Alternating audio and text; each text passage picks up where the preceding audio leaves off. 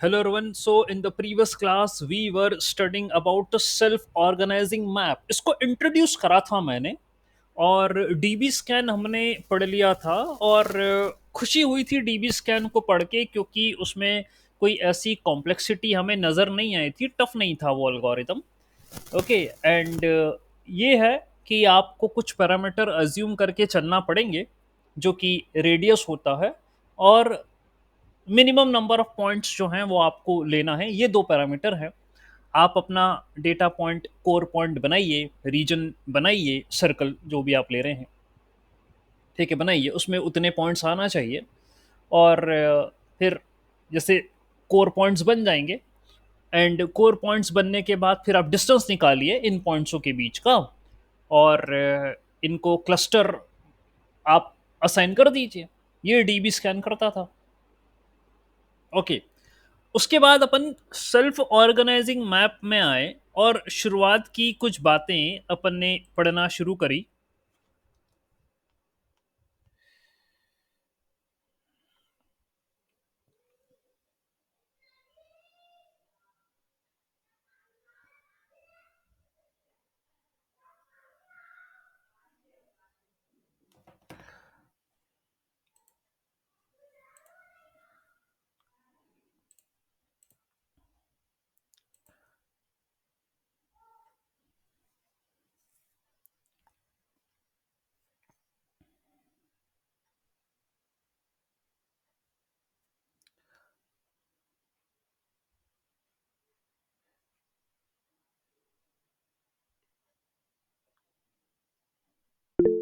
I am audible? I am audible right now? Can you see my screen? Yes, sir. ठीक ठीक, चले। तो क्या वो हमने शुरुआत की कुछ बातें सेल्फ ऑर्गेनाइजिंग मैप से पढ़ना शुरू करी और ये लगा कि ये टॉपिक इतना इजी नहीं है जो अभी तक हम पढ़ते आ रहे थे, उसकी तरह नहीं है इसमें। There are some different approach use in the self organising map. तो क्या है, आज हम उस पर बात करते हैं एंड न्यूमेरिकली कोशिश करेंगे कि हम समझ पाए। अनसुपरवाइज लर्निंग है जहां पर कोई लेबल नहीं होता, यही अनसुपरवाइज का टाइप है। ठीक है, and the model segment the data into group, है ना, हम ग्रुप ही बनाते हैं, क्लस्टर बनाते हैं bye identifying the patterns in the data and extracting the features from the data. ठीक है, यही हार्ट है डेटा साइंस का। और डेटा पैटर्न को समझना, फीचर एक्सट्रैक्ट करना, बस यही पूरा जो है काम चल रहा है डेटा साइंस मशीन लर्निंग के अंदर। और सेगमेंटेशन जो है that helps to cluster the data based on their characteristics, है ना। तो कैरेक्टरिस्टिक्स के हिसाब से ही आप जो है क्लस्टर तैयार करते हैं। ठीक, तो similar to the segmentation process, अभी कुछ शायद प्रीवियस क्लास में सेगमेंटेशन को लेकर बात आई थी। ठीक है, class segmentation will help the cluster, ठीक है, for the development of the groups on the basis of the characteristics present in the data.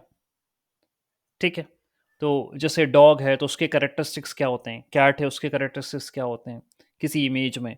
ठीक है, तो we use the segmentation techniques, तो इसी बिहाफ अपन पॉइंट्स को क्लस्टर कर पाते हैं। ठीक, वो अपन इमेज के पर्सपेक्टिव में बात कर रहे हैं सेगमेंटेशन। यहाँ आप अभी इन जनरल बात करें, डेटा पॉइंट्स हैं तो क्लस्टर या ग्रुप कर रहे हैं। ठीक, तो उसी तरीके से कह रहा है, similar to the segmentation a parallel technique exist in the deep learning जिसको अपन कहते हैं सेल्फ ऑर्गेनाइजिंग मैप्स। तो डीप लर्निंग में unsupervised approach self organising map कहलाती है। ठीक है, we are using a concept of deep learning here. कल भी जब मैं आपको डायग्राम बता रहा था, बना रहा था, तो उसको न्यूरॉन न्यूरॉन नजर आ रहे थे वहां पे। तो मैंने कहा आपसे, यार ये तो न्यूरल नेटवर्क की तरह लग रहा है, जिसमें नोड्स बना रहा है वो, और पढ़ अपन अनसुपरवाइज्ड के अंदर रहे। तो ये क्या है, पहले तो किसी भी अप्रोच में न्यूरॉन बनाए नहीं, नोड बनाए नहीं, कुछ ऐसा करा नहीं। ठीक है, तो सेल्फ ऑर्गेनाइजिंग मैप जो कि न्यूरल नेटवर्क की तरह है, ये प्रोफेसर कोहेनन ने दिया था, it is based upon artificial neural network, जिसको अपन कोहेनन मैप्स भी बोलते हैं. It's an another breed of artificial neural network. ठीक. Famously known as self organising map. तो एएनएन की तरह ही है ये. ठीक है, यहां पर भी वैसे ही नोड्स बनेंगे और अनसुपरवाइज के अंदर यूज होता है ये. ठीक है. अब इसका गोल क्या है भाई? आपने तो बोल दिया कि अनसुपरवाइज में है, न्यूरल नेटवर्क की तरह बनेगा. तो क्या करेगा ये? यही क्या वो क्लस्टर बनाता है? ये भी पढ़ तो अपन उसी में रहे हैं. ठीक. तो ये डायमेंशनलिटी रिडक्शन टेक्निक है, फीचर डिटेक्शन कर रहा है और हाई डायमेंशनल डेटा का विजुअलाइजेशन कर रहा है. ठीक है. यानी मल्टी डायमेंशनल डेटा को 2D स्पेस में रिप्रेजेंट करने का तरीका सेल्फ ऑर्गेनाइजिंग मैप है या सेल्फ ऑर्गेनाइजिंग न्यूरल नेटवर्क है. तो क्या यहां कोई क्लस्टरिंग या ग्रुप वगैरह बने? ऐसी तो कोई बात कही नहीं इसने भी, कम से कम इस पैराग्राफ में तो नहीं कही है. इतना बोला कि डायमेंशनलिटी रिडक्शन टेक्निक है और हाई डायमेंशनल डेटा को लो डायमेंशनल डेटा में रिप्रेजेंट करूंगा मैं, इसका विजुअलाइजेशन बनाऊंगा. ओके. ठीक. कहाँ यूज हो रही है? डेटा माइनिंग में, फेस रिकॉग्नाइजेशन में, पैटर्न रिकॉग्नाइजेशन में, स्पीच एनालिसिस में, all these things where this algorithm is used, self organising map. तो क्या बात हो गई ऐसा करने से? हाइडी को लोडी में रिप्रेजेंट करने में क्या बात हो गई? Topological relationship of the training data, that's what I am going to preserve. That means underlying properties of the input data are not affected by reducing the features. तो भाई ये तो है ध्यान में रखना. प्रिंसिपल कंपोनेंट एनालिसिस हो, चाहे सिंगुलर वैल्यू डीकम्पोजिशन हो, जहां आपने डेटा के फीचर को कम करा, आपसे सवाल पूछे जाएंगे कि आपने ये करा तो करा कैसे, ये कम कैसे हो गया, और इसको कम करने से जो ओरिजिनल डेटा था उस पर क्या इम्पैक्ट पड़ा. अब ये कह रहा है कि भाई मैं तो कम करूंगा, मैं वही टेक्निक हूं और मैं मैपिंग करूंगा हाई डायमेंशनल को लो डायमेंशनल के अंदर, और मैपिंग करने में मैं न्यूरल नेटवर्क का इस्तेमाल करूंगा. अनसुपरवाइज के अंदर मैं आता हूं. ये सोम कह रहा है, कोहेनन मैप जो भी है. ठीक. तो कैसे करोगे ये बात? कैसे करोगे ये काम? How you are going to say that you are not affecting even after the continuous change in the shape and the size of the figure? मतलब ये भी शेप और साइज ही बदल रहे हो और कह रहे हो कि तुम इंपैक्ट नहीं करोगे? ये कैसे पॉसिबल है भाई? SOM helps in revealing the correlation that are not easily identified. Data में कोरिलेशन में निकालना है, अब कोरिलेशन निकालना है. अच्छा, तो यहां मुझे लग रहा है कि यार अब तू ग्रुप की बात करने की कुछ कह रहा है. अनसुपरवाइज्ड में आए हैं और डेटा के बीच में कोरिलेशन ना निकालें तो ये तो हो ही नहीं सकता. अनसुपरवाइज्ड में सीधी सीधी बात है, ग्रुप करना, क्लस्टर बनाना या एसोसिएशन पता करना, ये तो होना ही चाहिए, तभी तो अनसुपरवाइज्ड है. तो अभी आपने कहा कि आप डायमेंशन तो कम करेंगे, साथ में डेटा में फीचर्स में कोरिलेशन भी निकालेंगे, जो निकालना इतना आसान नहीं है और जिसे हम भाई अभी तक डिस्टेंस के माध्यम से, डेटा पॉइंट्स के बीच में डिस्टेंस निकाल रहे थे, उसके माध्यम से पता कर रहे थे. तो तुम कुछ और कहना चाह रहे हो. वो क्या कहना चाह रहे हो? चलो देखते हैं क्या डायग्राम आइग्राम बन रहा है आपका. लेट्स सी आर्किटेक्चर क्या बोलता है. तो self organising map is a lattice of neuron. हाँ, आपने न्यूरल नेटवर्क कहा था ना भाई, तो न्यूरल नेटवर्क कहा था तो न्यूरॉन फिरॉन तो बनेंगे ही. और न्यूरॉन क्या होते हैं सर? न्यूरॉन जो है ना वो कंप्यूटेशनल एलिमेंट्स होते हैं. जितनी भी प्रोसेसिंग होती है ना सर, वो न्यूरॉन पे ही होती है. ओके, ये बात है. ठीक. चलो, तो तुम neuron, lattice of neuron, lattice बनाओगे तुम. तो कल भी मैंने कहा था वो लेटाइस में केमिस्ट्री में पढ़ता था, जब वो NaCl करके वो कंपाउंड होता था, सोडियम क्लोराइड करके. और वो कहता था कि वो हर एक Na, हर एक कितना Na और Ca 6 6 होते हैं ये. तो एक लेटिस बनता है 3D। ये कह रहा है आप भी कोई लेटेस्ट टाइप बनाओगे न्यूरॉन का। अच्छा चलो अपनी कंप्लीट स्क्रीन शेयर करूं और आपसे इस पे चर्चा करूं। जो आर्टिफिशियल न्यूरल नेटवर्क हम बनाते हैं डीप लर्निंग में, वहां कोई लेटेस्ट फिटिस्ट तो नहीं बनाते। ठीक है, ऐसा नहीं होता। वहां हम कुछ इस तरीके से बनाते हैं, लेयर्स को ऑर्गेनाइज करते हैं। दिस इज द वे कि ये रही आपकी लेयर और ये रहे आपके न्यूरॉन, ये रही लेयर और ये रहे न्यूरॉन, और वहाँ फीड फॉरवर्ड नेटवर्क बनता है डीप लर्निंग में, ऐसा कुछ करके। ये ऐसे इनपुट देते हो और ये फीड फॉरवर्ड होता है। ओके, कोई लेटेस्ट टाइप बन नहीं रहा है। ये भाई कह रहा है कि लेटेस्ट बनाने का है मेरे को, यानी आप ऐसे अरेंज करोगे न्यूरॉन्स को। ठीक है, and all will be like an interconnection with each other, ऐसे कुछ होगा इंटरकनेक्शन, है ना। ऐसे ही मैंने आर्किटेक्चर देखा था केमिकल कंपाउंड्स का केमिस्ट्री में। ठीक है, ये लेटेस्ट स्ट्रक्चर होता है। ओके, तो कैसे बनेगा, क्या होगा, लेट्स सी। आपने कहा ग्रिड है, तो देखिए ये ग्रिड ही तो बन रही है, लेटिस यानी ग्रिड बन रही है। Okay, and grid will be something something like this, X and Y. ठीक है, ये आपका ऐसे करके ये एक्स हो गया और ये वाई हो गया। तो 2D ग्रिड है, 2D। फाइन, अब इसने कहा भी तो था कि भाई मैं तो हाई डायमेंशन डेटा को लो डायमेंशन डेटा पे रिप्रेजेंट करूंगा, यानी मैं करूंगा mapping. That's what I will be doing, map करूंगा डेटा को एच डी टू लोडी में। भाई कैसे करेगा, और तेरे करने से मेरा जो उद्देश्य है, हाँ मैपिंग करेगा, ये तो चलो समझ में आया, डायमेंसिटी रिडक्शन। तो फीचरों के बीच में कोरिलेशन कैसे बताएगा।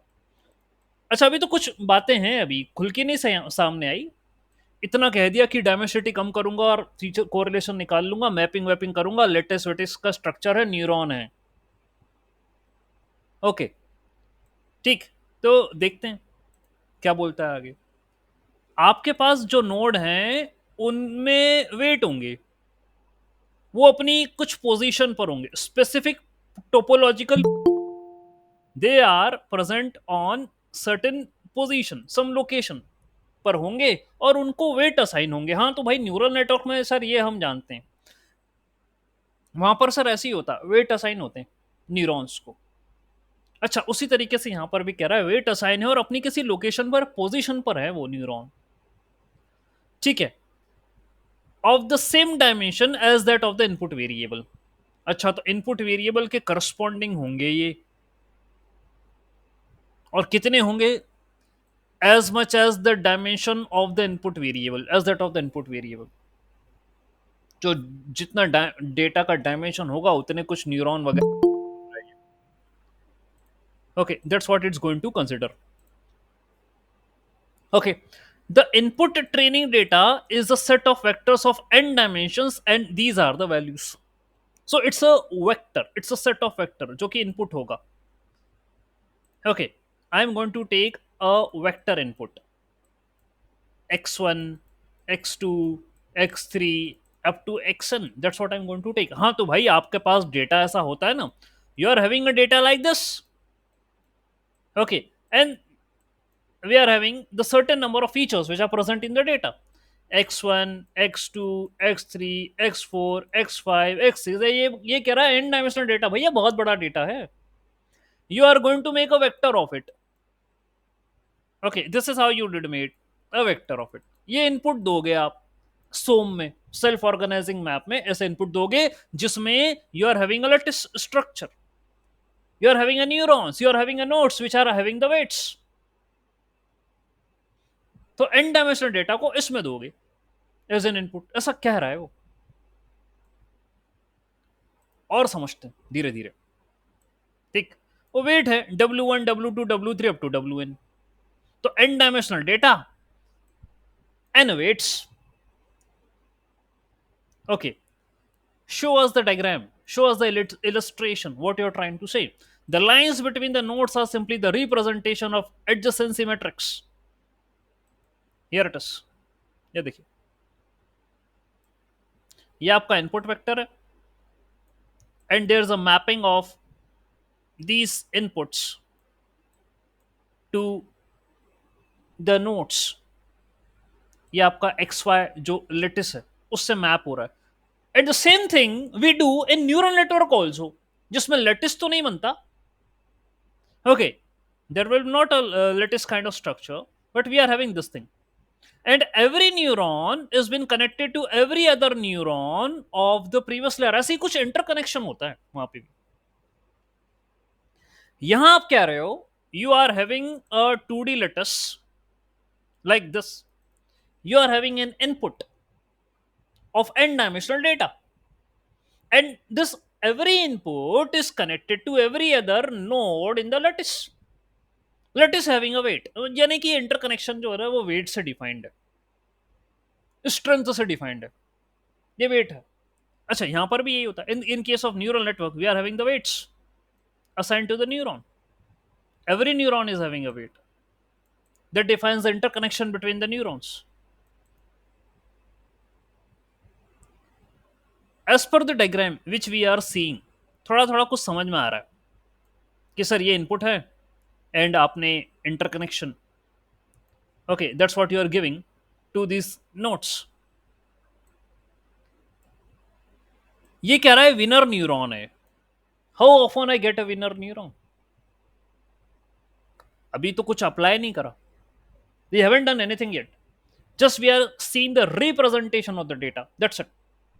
तो इनपुट है, लेटिस है,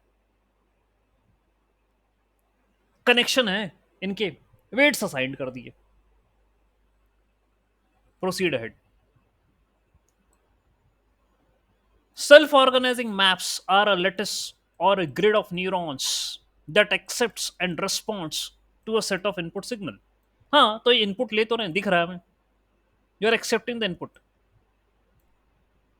देखिए you are accepting the input, ये सब कनेक्शन है यहाँ। Okay, so it's a lattice or a grid of neurons that accepts and responds to the set of input signals। Respond भी करते हैं, एक्सेप्ट करेंगे, रिस्पॉन्ड करेंगे। each neuron has a location and those that lie close to each other represent clusters with similar property। अरे भाई ये तो neuron बोल रहा है, नोड बोल रहा है, और फिर होशियारी खेल रहा। क्या होशियारी खेल रहा है? कह रहा है कि these represents clusters with similar properties, every neuron is having a location, specific location। यानी आपने मजाक मस्ती में नहीं लेटेस्ट नहीं बना दिया कि सर ये तो ये ऐसे बनता हुआ दिख रहा है सर, तो कुछ भी ना। ये कह रहा है every neuron present in the lattice, every node present in a lattice is having some specific location। Okay, अब ये कहां से आई? क्या आप मैथमेटिकली कोई लोकेशन डिफाइन करोगे एल्गोरिदम में? क्या मन से ले लूं? कोई हाइपर पैरामीटर है लेटिस बनाने का? तो कोई बात नहीं, अब कोहेनन तो रहे नहीं, उनसे तो नहीं पूछ पाएंगे, जो लिख कर गए हैं उसको पढ़ के समझने की कोशिश करते हैं। चलो आगे बढ़ते हैं। तो कह रहा है कि we are having the neurons और the nodes that lie close to each other, जो आसपास के नोड हैं वो सेम क्लस्टर को बिलोंग करते हैं। अच्छा, therefore each neuron represents a cluster learned from the training। each neuron represents a cluster learned from the training। Training कहां हुई भाई? ट्रेनिंग तो हुई नहीं है, ये तो तुमने मैपिंग करी है इनपुट को लेटिस से, और फिर कह रहे हो कि वो नोड हैं वो क्लस्टर को बिलोंग करते हैं। आगे देखते हैं। इन सोम the responses are compared and winning neuron is selected from the lattice। This selected neuron is activated together with the neighborhood neurons, so return a 2D map of any number of neurons that here are no lateral connections between the output nodes। अब भाई फिर इतनी बड़ी अंग्रेजी लिख दी इसने बिना बात के, बात तो उसमें छुपी है लेकिन क्लियर नहीं करी उसने। ये कह रहा विनिंग न्यूरॉन आ गया, और विन कहां से करा वो neuron? On what basis the neuron win? And it is saying that उसको सिलेक्ट कर लिया, वो विन हो गया तो सिलेक्ट कर लिया, उसके आस पड़ोस वाले सबको एक्टिवेट कर दिया। अरे विन करने के लिए कुछ होना भी तो चाहिए, या तो तुम्हारी कोई हाई वैल्यू आई हो, कुछ मैथ्स ऑपरेशन हुआ हो, then you achieve some highest value, then only I will say that you have won, else how I can say you win? We are having this kind of connection. Input vector is connected to the neurons. Then what happened, what applied, what mass has been there, that you are saying that this neuron has won, and its nearby neurons, neighborhood neurons are activated? कैसे हो गया ये काम? क्या logic लगाया? नहीं बता रहे हो? देखते हैं। अभी तो सिर्फ इतना बोला कि वो ऐसा लेटिस बनेगा और ऐसे ऐसे वो जीत जाएगा। देखते हैं।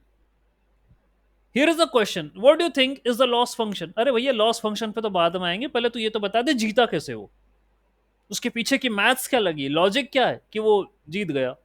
अभी तो हमें इतना ही समझ में आया। चलो आगे बढ़ते हैं। Let us learn the mechanism of the SOM. तो ये तो हम कह रहे थे आपसे, पहले मैकेनिज्म तो बताओ मैं कि कर क्या रहे हो, व्हाट इज द बेस। तो देखिए, the idea of SOM training process is to examine every node and find one node whose weights is more likely the input vector. अच्छा, अभी ये है कि ट्रेनिंग जो प्रोसेस है, ऑब्वियसली क्योंकि न्यूरॉन होता है, नेटवर्क बनता है, तो उसकी ट्रेनिंग होती है। जैसे डीप लर्निंग में भी that's the same thing you are going to do. ये कह रहा है कि तुम्हारा जो नेटवर्क है सोम का, उसकी ट्रेनिंग होगी, और हमें पता लगाना है, और हर एक नोड की ट्रेनिंग होगी, हर एक न्यूरॉन की ट्रेनिंग होगी, एंड हमें यह फाइंड करना है कि इनमें से कौन सा नोड है जिसका वेट इनपुट वेक्टर के बराबर है। तो यार इनपुट वेक्टर तो यही है, ये है इनपुट वेक्टर। तो I am going to identify that neuron whose weight is equal to the input vector, similar to the input vector. यदि होगा तो मैं बोल दूंगा ये विनिंग न्यूरॉन है। हाँ, तो अभी उसने अभी ऊपर तो डायरेक्ट बोल दिया था विनिंग है, वही मैं उससे क्वेश्चन कर रहा था कि भाई ये तो बता दे विन कैसे हुआ, व्हाट इज द बेस।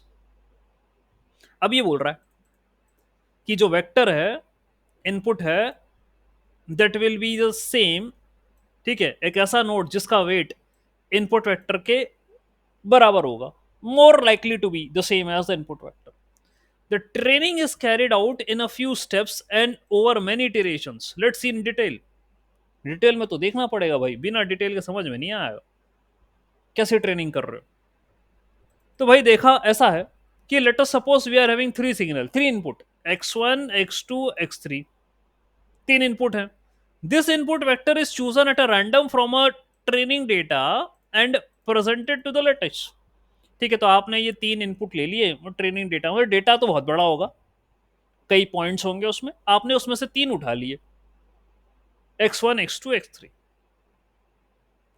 उठा के से लेटेस्ट में पकड़ा दिए कि चलो करो मैपिंग, ये इनपुट है, हर एक नोड को दो। These are the random points, three input signals which you took and you gave it to the lattice for the mapping purpose. अब क्या होगा आगे? Next, we have a lattice of neurons in the form of 3 cross 3 2D array. ठीक है, तो 2D का ही बार बार focus कर रहा है, तो 2D लैटिस है, having 9 nodes with 3 rows and 3 column depicted below। तो ठीक है, दिख रहा है, ये रहा, ये आपका लैटिस बन गया। ओके, 3 रो 3 कॉलम वाला, ओके, ये लैटिस है, और ये आपका इनपुट वेक्टर है। आपने ये इनपुट वेक्टर हर एक नोड को पकड़ा दिए कि लो। नेक्स्ट क्या करना है after that? For understanding the purpose visualize 3 cross 3 matrix below. ऐसे विजुअलाइज करना है ऐसे। तो क्या हो रहा है कि वो जो लेटेस्ट के फॉर ऐसे बनता है ना, तो समझ में नहीं आता है, it is difficult to interpret. ऐसे शायद समझ में आ जाए हमें इस डायग्राम से, here in this particular diagram. Okay, so every node every neuron is given the input. यही तो न्यूरल नेटवर्क में करते थे अपन। लेट अस सपोज ये W1 है, ठीक है, ये इसका जाएगा वो W2 है, इसका जाएगा W3, तो इसको मैंने दे दिया x1 x2 x3 in the form of W1 W2 W3, weight दे दिया। तो ये विजिबल इनपुट नोड है, विजिबल आउटपुट नोड है, ऐसा कुछ बन रहा है, visible input node and the visible output node. Each node has some random values as the weights, ठीक है, and the weights are not of the neural network. ये तो इनपुट नोड के वेट्स हैं, जो भी W1 W2 W3 उनके हैं ये, and these weights are not of the neural network, neural network के नहीं है ये इनके वेट्स हैं इनपुट के। ठीक है, अब क्या हुआ, इसने ये वेट का अरेंजमेंट करा क्या, इसने बोला कि W11 W12 W13, these are the weights which came from x1 x2 x3 to the node 1. W21 W22 W23, these are the weights which came from again these inputs to the node 2. इनका ratio ले रहा है ये। तो 1 1 ये अलग अलग हैं सभी, different, all are different. From these weights can we calculate the Euclidean distance? अरे भाई, वो फिर डिस्टेंस पे आ गया। तो अनसुपरवाइज्ड में तुम्हें यदि कोरिलेशन निकालना हो डेटा पॉइंटों के बीच में, you can't stay away from the distance calculation. वो शुरुआत से पढ़ते आ रहे हैं के मीन्स से कि डेटा पॉइंटों की दूरी निकालो, सेंट्रोइड से पॉइंटों की दूरी निकालो। अब भाई ये भी कह रहा यूक्लिडियन डिस्टेंस निकालो। अच्छा, पहले तो अपन ये देख ले वेट वेट कैसे असाइन कर दिया इसने। तो अभी ये बोल रहा था कि सर आपने लेटिस जो बनाया था उसको और अच्छी तरीके से, this is how we can show, ऐसे बना सकते हैं। बनाने के बाद इसने वेट्स जो है वो ले लिए कि नोड 1 पे W1 W12 W13 ऐसे वेट्स गए हैं, ठीक है, एंड ये नोड 2 पर गए, नोड 3 पर गए, and we are having the different set of weights which are given to these nodes, and it's saying that you are going to find the equilibrium distance now, किसके respect में, कहां से, कैसे। अच्छा, अब ये देखो, now it is saying कि distance summation of x1 minus WI1 का स्क्वायर।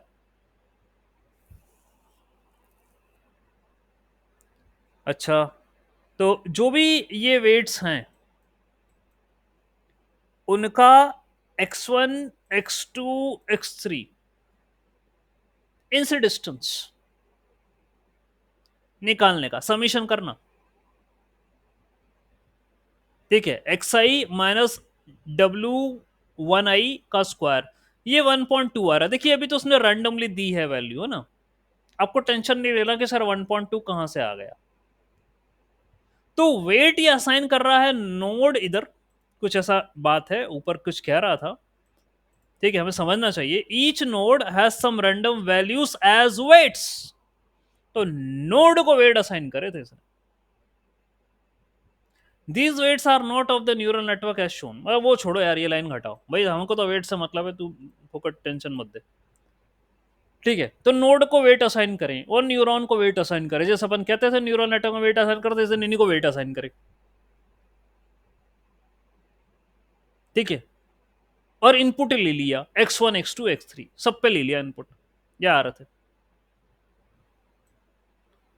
और अब भाई बोल रहा है कि डिस्टेंस निकालो, तो x1 की जो वैल्यू है माइनस W11 का स्क्वायर प्लस x2 से माइनस W12 का स्क्वायर प्लस x3 से माइनस W13 का स्क्वायर, तीनों को प्लस करो, रूट मारो, वो है यूक्लिडियन डिस्टेंस। और ये ऐसी कुछ वैल्यू आ रही हैं, आपके सामने देख रहे हो आप, 1.2 0.8, ठीक है, अलग अलग का है भाई, इसका ये अलग वेट है, ओके, तो उसके corresponding you are going to calculate the equilibrium distance. Then ये सब का All Euclidean distance it has calculated.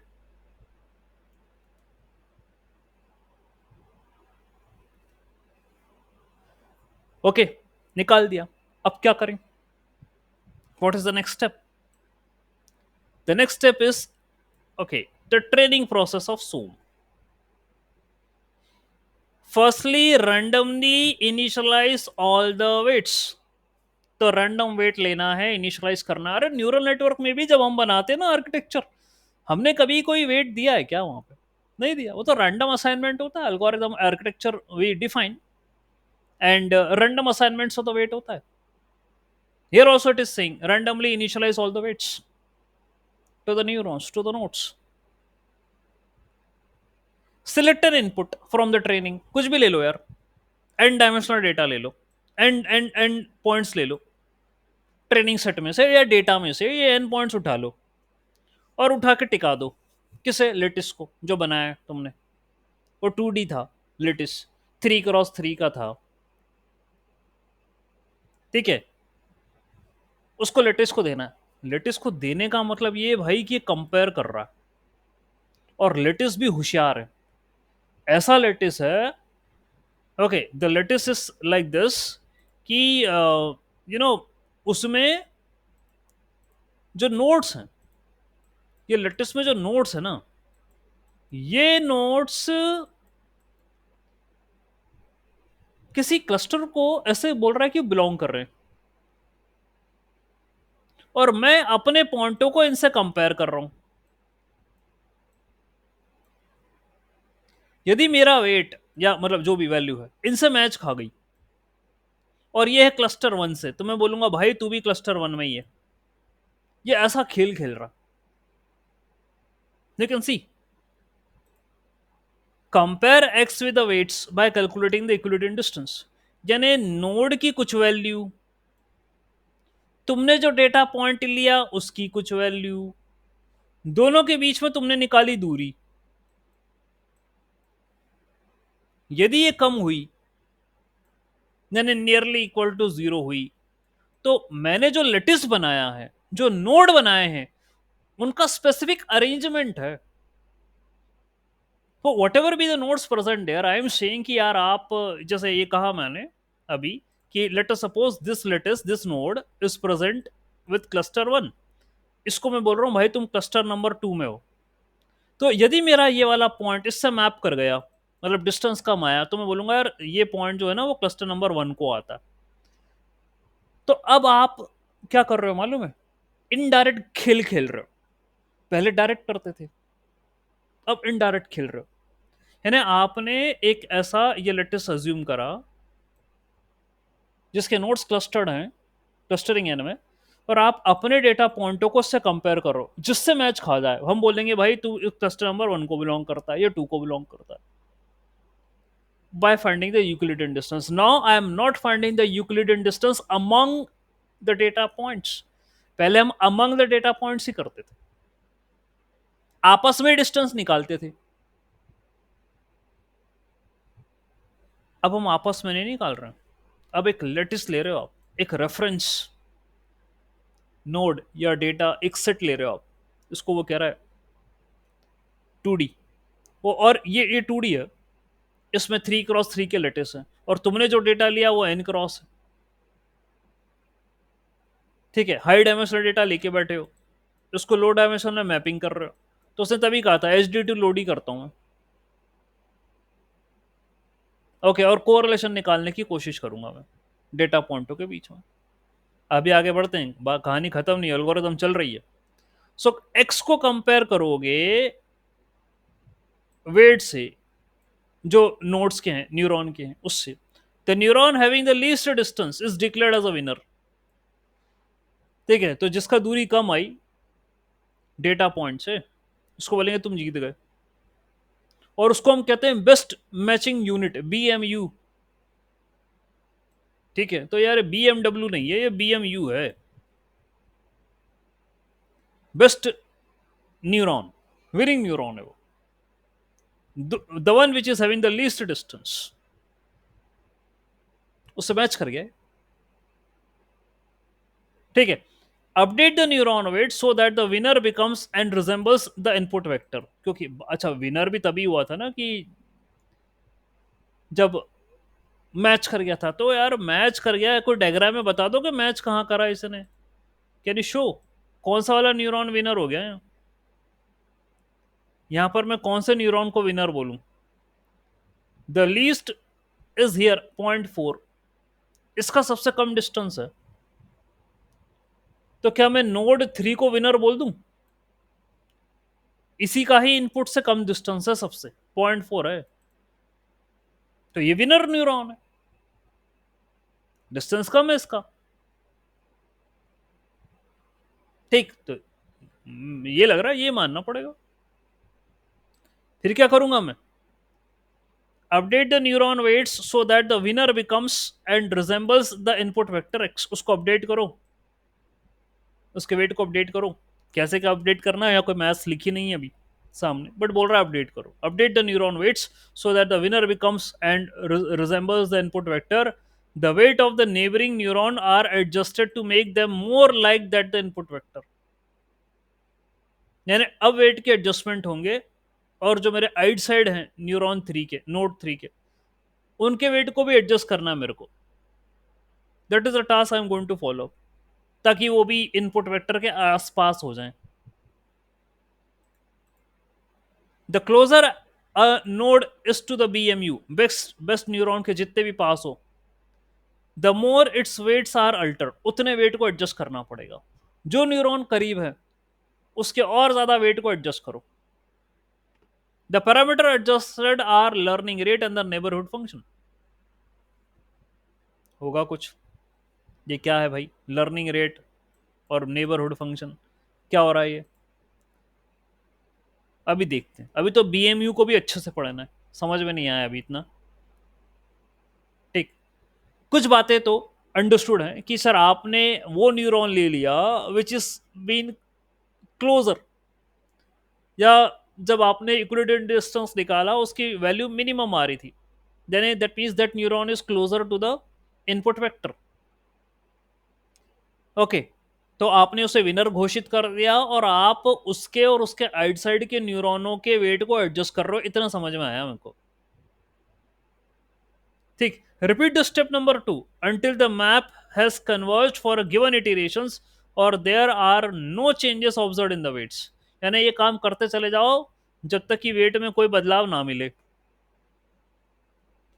Continuously keep on doing this thing unless and until आपका जो वेट सब बाद में एडजस्ट ना हो रहे हो। यहां तक करिए आप। ओके, फिर भी अच्छा, इनिशियल तो हमें समझ में आया, जो पहले डिफिकल्टी आ रही थी। अब हम और देखना चाहते हैं, ठीक है, कि ये BMU जो आपने बोला, बेस्ट मैचिंग यूनिट की आपने जो बात करी है, ये क्या है?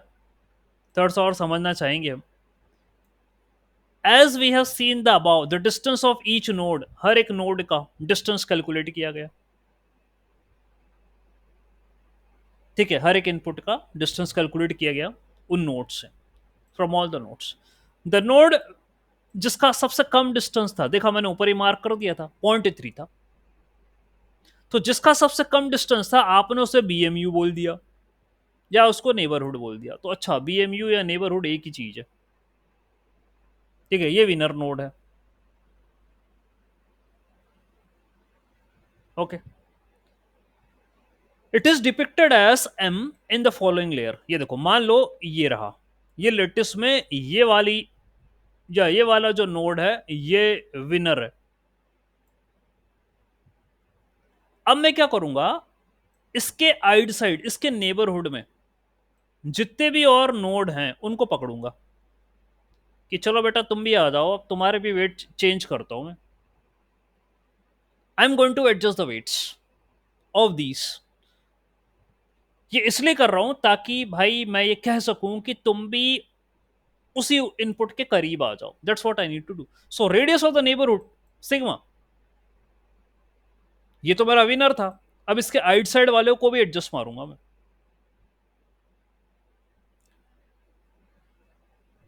ठीक है, from this BMU a radius of or sigma is defined, कितने की होगी नहीं पता, जैसे वो अपन को डीबी स्कैन में भी ये हाइपर पैरामीटर की तरह देखा जाए। लेंथ कितनी होगी रेडियस की नहीं पता, कुछ है पैरामीटर, अज्यूम करना है, ठीक है, डिफाइन करिए आप। And then all the nodes that fall into the radius, जो भी उस रेडियस में आ रहे हैं सबको पकड़ लो और बोलो कि हम तो यार तुम्हारा वेट एडजस्ट करेंगे यार, ठीक है। They will get updated according to the respective distance from the BMU. अब उनका जो बीएमयू से डिस्टेंस है उसके हिसाब से उनको अपडेट किया जाएगा। All the nodes that fall in the radius of the BMU get updated according to the respective distance from the BMU। जो जितना पास है उसका उस हिसाब से देखो, जो पास में रहेगा तो उसका ज्यादा वेट एडजस्ट करने की जरूरत नहीं है, उसको तो मैं देखो मैप हो ही जाएगा। वो जो थोड़ा सा दूर है, जो रेडियस के कॉर्नर पे आ रहा है, बिल्कुल एज पे आ रहा है, उनका वेट थोड़ा सा ज्यादा एडजस्ट करना पड़ सकता है। कोशिश मेरी यही है कि इनपुट से मैप हो जाए ये, that's what I want to make. So now the point is that a neuron in the output map can be part of the radius of many different best matching units। तो जो point लेकर चला था मैं, उसके corresponding मुझे कई बीएमयू मिलेंगे। मैं सबके वेट एडजस्ट कर रहा हूं जो उस रेडियस में आ रहे हैं, तो ऐसे कई बीएमयू मिलेंगे। This leads to a constant push and pull effect of the neuron. However, the behavior of the neuron will be more similar to the BMU near it। Constant है, इटरेटिव प्रोसेस है, ये काम चलता रहेगा।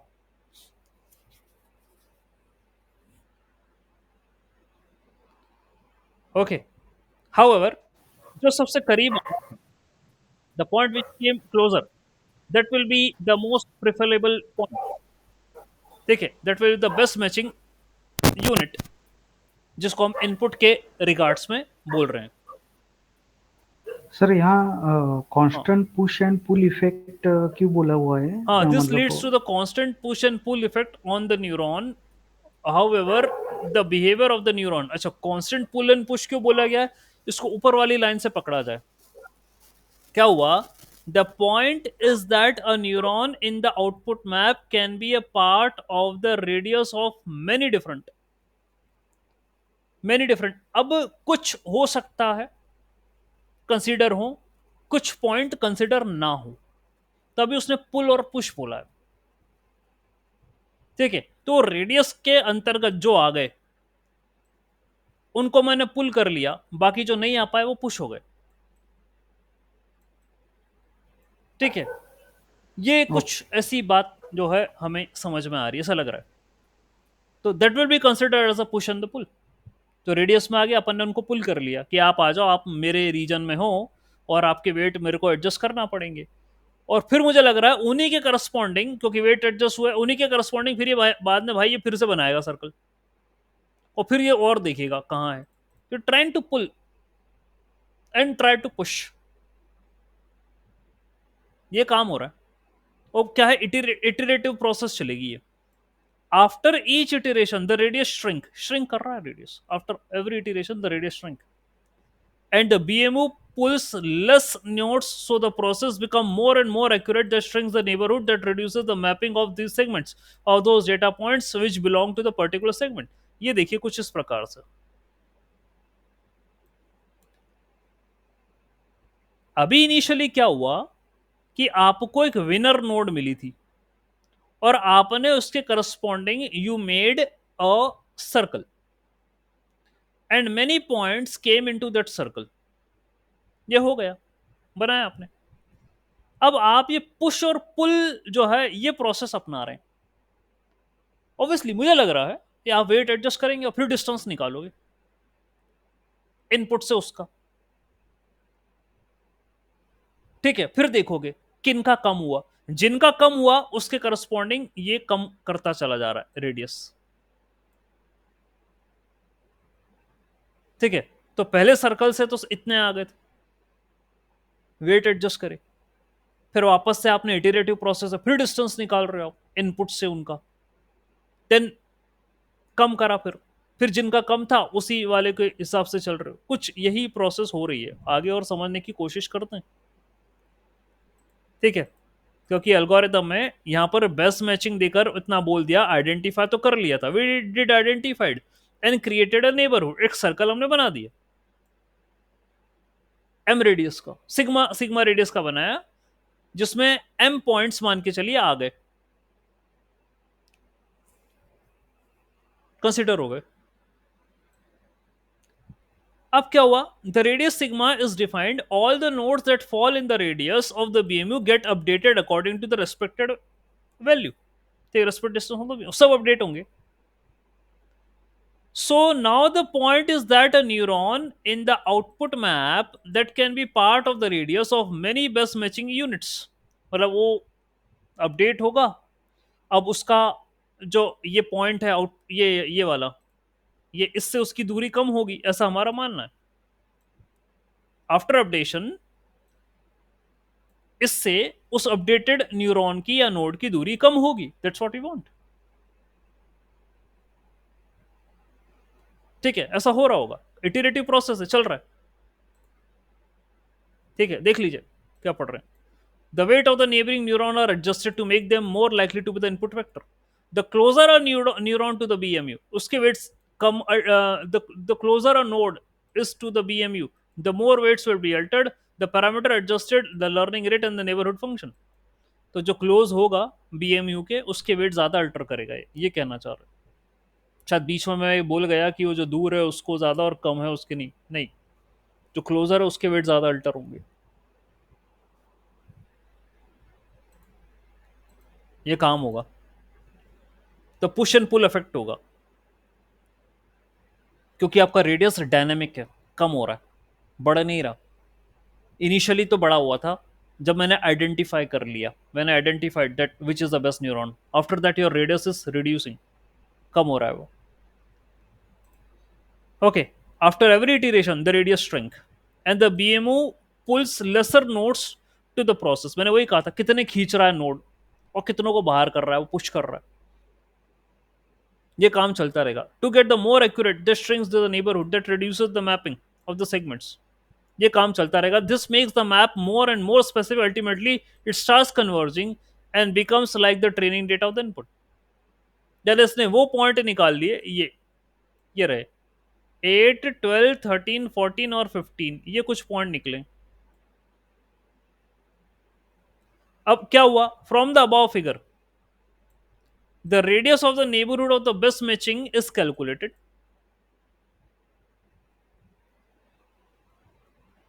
This is the value that starts large on the right side of the panel, typically set to the radius of the lattice, diminishes at a time step. Any nodes found within this radius are deemed as inside the BMU neighborhood. बात तो वही है, अपने इतनी फिर वही इतनी English लिखने लग गया है, हमको क्या इतनी इंग्लिश से परेशानी। तो सीधी बात करते हैं, वह कॉन्सेप्ट बताओ, वो क्या मैथ्स लग रही है ये सिखाओ, उसकी मीनिंग क्या है। आपने मैप करा, आपने इक्विलिब्रियम डिस्टेंस निकाला, the one which is coming less you selected, आपने बोला ये बेस्ट है, ठीक है। आपने उसके अबाउट सर्कल बनाया, कितने रेडियस का बना नहीं पता, वह बनाया। बनाने के बाद आपने बोला वेट एडजस्ट करना है, करो, कर दिए। कैसे करें, आपने बोला कि वो बीएमयू जो पॉइंट है ना, उससे जो ये लेटेस्ट जो नोट्स आ रहे हैं उस रेडियस के अंदर उनकी दूरी, जो पास है उसके ज्यादा कर दो, जो दूर है उसको कम रहने दो, कर दिए। करने के बाद हो सकता है तुम फिर से डिस्टेंस निकाल रहे हो उस इनपुट वेक्टर का इन से, और फिर तुम वापस से रेडियस बना रहे हो, और रेडियस अब इस बार घट रहा है, बढ़ा नहीं रहा, घट रहा है, श्रिंक हो रहा है, ये काम चलता जा रहा है आपका।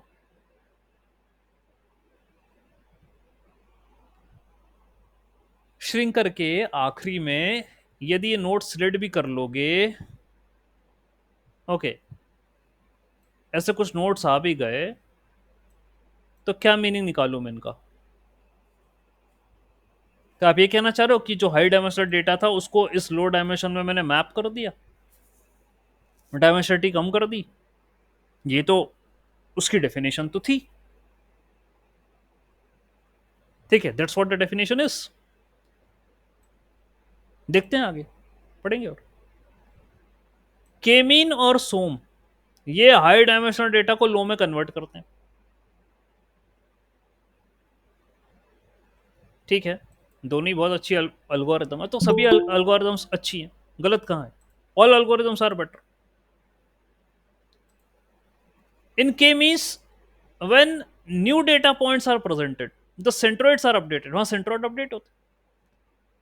एल्बो मेथड लगा रहे थे हम to find the minimum value of K, that's what we are trying to find, optimal value of K, ये लगा रहे थे। With SOM, the architecture of the neural network is changed. That means weight update हो रहे हैं यहाँ पर, and the number of neuron in the tuning parameter, यहाँ weight update करा जा रहा है न्यूरॉन का। In the architecture, this architecture of the neural network, weights are updated and the number of neurons ये भी अपन ले रहे हैं कि कितने अपने पुल में आ रहे हैं। That's what we are trying to find. इसी को बोल रहा डेमोन्स्ट्रेटिव रिडक्शन होती है। तो क्या समझ में आया अभी तक हमें जो पढ़ा, वो ये आया कि सर आप इनपुट ले रहे हो, you are having an input vector, you are taking a lattice, that's what you are taking, एक 2D लैटिस है, और आप मैपिंग कर रहे हो ये इनपुट की हर एक न्यूरॉन से, इनके वेट हैं, आप डिस्टेंस निकाल रहे हो, जिसका मिनिमम डिस्टेंस आ गया इनपुट से उसको आप बोल रहे हो कि भाई you are the best fit, आप विनर हो। फिर उसको विनर मानते हुए ये लेटिस पर फिरा है, बोला कि यू आर द विनर। फिर एक रेडियस अज्यूम कर रहे हो और बना रहे हो और कह रहे हो कि भाई जितने भी न्यूरॉन इस रेडियस में आ रहे हैं उनके वेट एडजस्ट करो, जो क्लोज है उसके ज्यादा कर दो, ऐसा बोल रहे हैं। और वापस से रेडियस श्रिंक होगा ये, जब तक कि आपके वेट स्टैटिक ना हो जाए, उससे ज्यादा कम नहीं हो सकते, तब तक श्रिंक करो। तो डिस्टेंस तक की तो मैथ समझ में आ गई हमें। अब ये वेट एडजस्टमेंट वाली और श्रिंकिंग वाली मैथ्स को लेकर कुछ डाउट है। हाँ, इसका मतलब ये तो जरूर हो गया डायमेंशनल रिडक्शन हो गया, आपने हाई डायमेंशनल डेटा को लो में अब फाइनली रिप्रेजेंट कर दिया। ये तो समझ में आया, कुछ ऐसा कर रहे हो। ठीक है, और बात करेंगे, करते हैं। अभी चलो इतना हो गया, न्यूमेरिकल अभी मेरे सामने आएगा, ये जो डिस्टेंस निकाला था उसको वापस से ट्रैक करते हैं। ठीक है, लेटेस्ट बन गया, इनपुट हो गया, वेट असाइन कर दिए। ठीक है, नेबरहुड निकाल रहे थे आप। Okay, the SOMs are organized as a grid of the nodes. Each node represents a prototype or a code book. During training, the neighboring nodes in the grid are also updated. उनके weight update कर रहे, leading to a smooth transition of the representation across the SOM. Okay, फिर क्या करना चाह रहे अपन?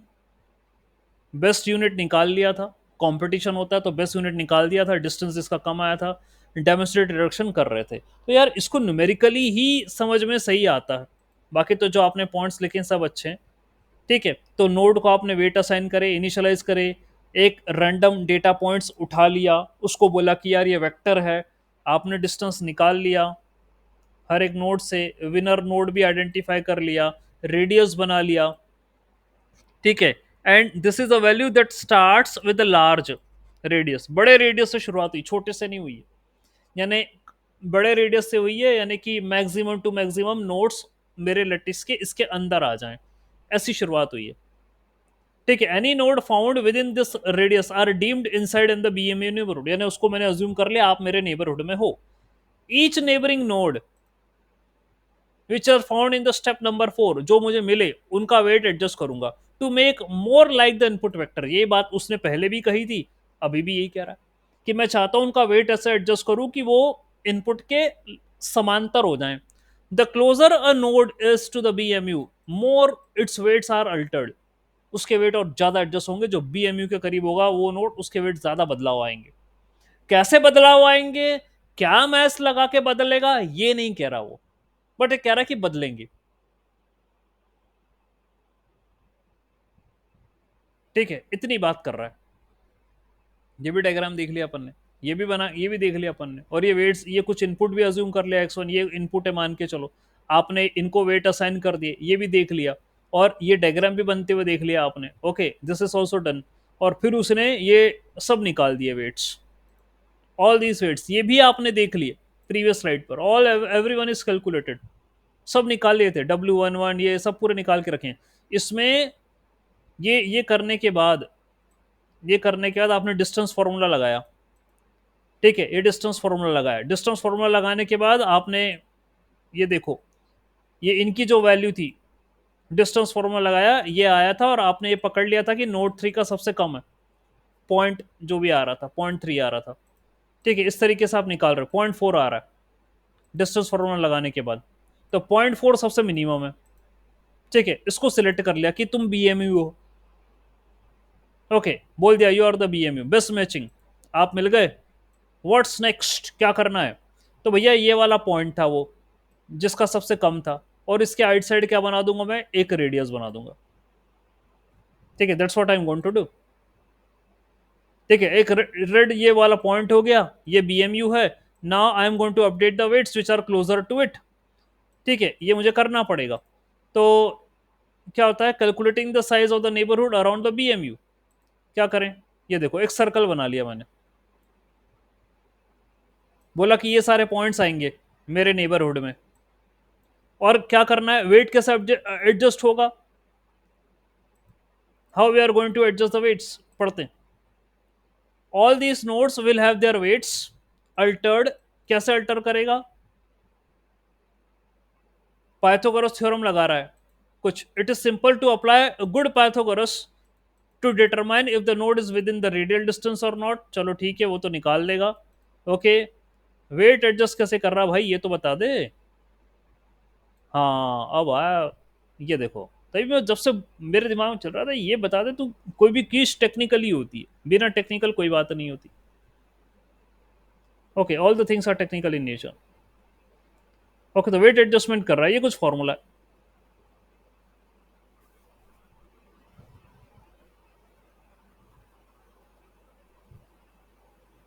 Okay, fine. तो क्या हुआ, साइज ऑफ द नेबरहुड जो है बीएमओ का डिक्रीज होगा विद एन एक्सपोनेंशियल डीके, इस फॉर्मूले से it's going to decrease. Okay, yes Jobin sir, आज the question.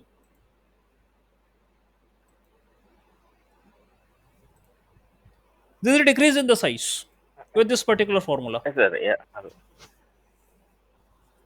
Hello. Yes sir, please say. So my question is like the radius is determined, and what will be the value of that radius? Sir, that's again we can assume that it's a hyperparameter. Yesterday also the same thing happened with the DB scan. What we studied, that radius was something as a hyperparameter. Two things, radius and the number of data points. ये hyper parameter है। तो sir अभी यहाँ define नहीं करा कितना, बस the radius should have to be more, मतलब बड़ा होना चाहिए, दैट्स व्हाट दे टोल्ड, जिसमें ज्यादा से ज्यादा न्यूरॉन आ जाए या नोड्स आ जाए, इतना उसने बोला। कितना रेडियस होगा ये नहीं बोला उसने, how much it is, but it should be more. So whatever the neurons inside the radius should match Should DMU. match, yes, yes. After that, we'll just update the weight. Update the weights, Then yes, yes, that's the logic, sir. after that is finished, right? Then we go That to is the finished. next Then DMU. we'll go to the next iteration, sir. And there will be shrinking process, and the shrinking process for every iteration, each iteration, unless reaching to the BMU, मतलब best neighbourhood चाहिए मुझे, ऐसे node चाहिए जो बिल्कुल best हो मेरे इस नोड के आसपास वाले, ये मुझे आइडेंटिफाई करना है। तो श्रिंक होता चला जाएगा radius according to this formula, width of the lattice at time 0, current step and the constant time. So my question is only one BMU will be the how many BMUs? हाँ, अभी तो sir initial step पर एक ही BMU, one BMU is there, one neighbor I am going to identify. Okay. In a lattice, it will be having one BMU. One BMU. That's what it is saying. Reaching just the BMU.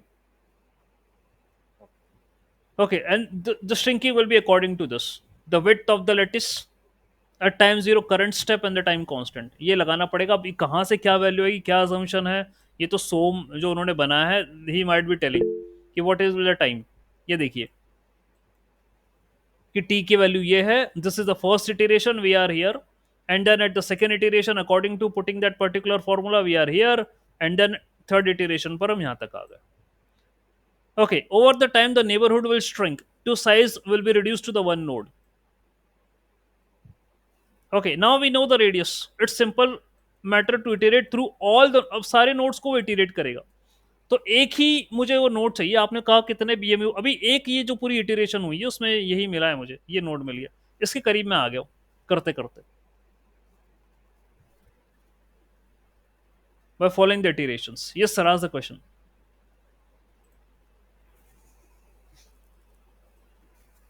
Okay, so I started the iteration. Okay, around this I made circle, then I again shrink according to the formula. This particular formula, shrinking process होती चली जा रही है। Over the time the neighborhood will shrink to the size of the one node, to the one node तक पहुंचना है मुझे BMU में। यहाँ तक पहुंच गया, one node तक पहुंच गया। Now we know the radius. It's simple matter to iterate through all the nodes in the lattice to determine if they lie within the radius or not. तो बाकी को वापस से वो चेक करेगा कि उसमें आ रहे हैं नहीं आ रहे हैं, रेडियस में, उस रेडियस में आ रहे हैं नहीं आ रहे हैं, उनको कंसिडर करने की बात कर रहा है। खैर ठीक है, अच्छी एल्गोरिथम है, इंपॉर्टेंट एल्गोरिथम है, वो खत्म भी हो गई है, it's over, but only few part of the maths is there, ठीक है, जो कि एलिमेंट्री है, that will check ahead in our next class. Okay, it's quite interesting. Let me stop presenting, let me stop the record.